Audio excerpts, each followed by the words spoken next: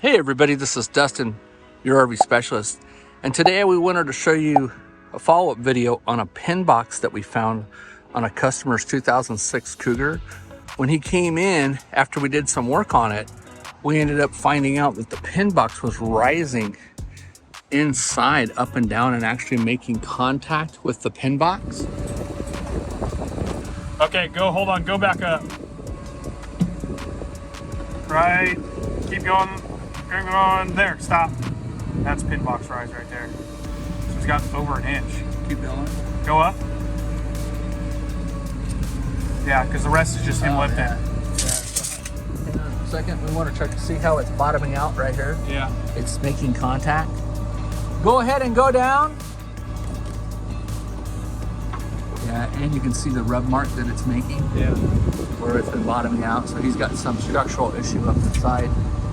Something's either broken in the back portion, you know, in the actual tank. Plus, you can see here too. You can see where the moldings and stuff.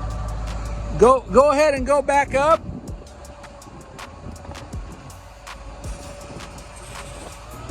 Go back down. That didn't move. He's got like well over an inch of actual play. Yeah. So we contacted him, explained the situation, asked him if we could go ahead and pull it apart and get into it to see what was going on. When we opened it up in here, what we ended up finding was that the frame was not only getting bent, but that is a full crack all the way down. This is a tube that's thick and supports the actual front of the coach, the weight on the floor, and that's actually cracked on both sides. Let's go over here to this side, and here's the other side where it is cracked as well. And again, it's probably that it's cracked more on the opposite side, but we can't see it because of the floor and the front cap. So we've asked the customer to contact his insurance, and we're going to see if he can't turn in a claim to see if they might assist in it or what he wants to do. But it's pretty much started to bend and flex. All the extra little cross braces that the factory put in all those years ago. On the side edges that actually support the wall, this plate is here. And as you can see, these screws, this little thin sheet metal is what holds up the weight of this wall. Well, some of these screws have either broke off or wallered through. And as you can see, let me see if I can get in closer for you, the amount of opening where that thing has traveled and moved around.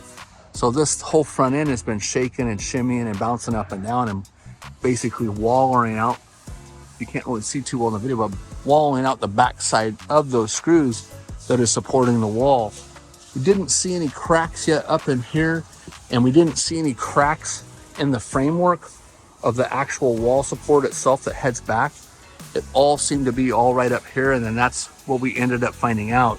So we took off the undernose to get access to it, and that's where we found this guy. And so this could have came, completely broken loose, which is basically what's holding up this whole entire pin box.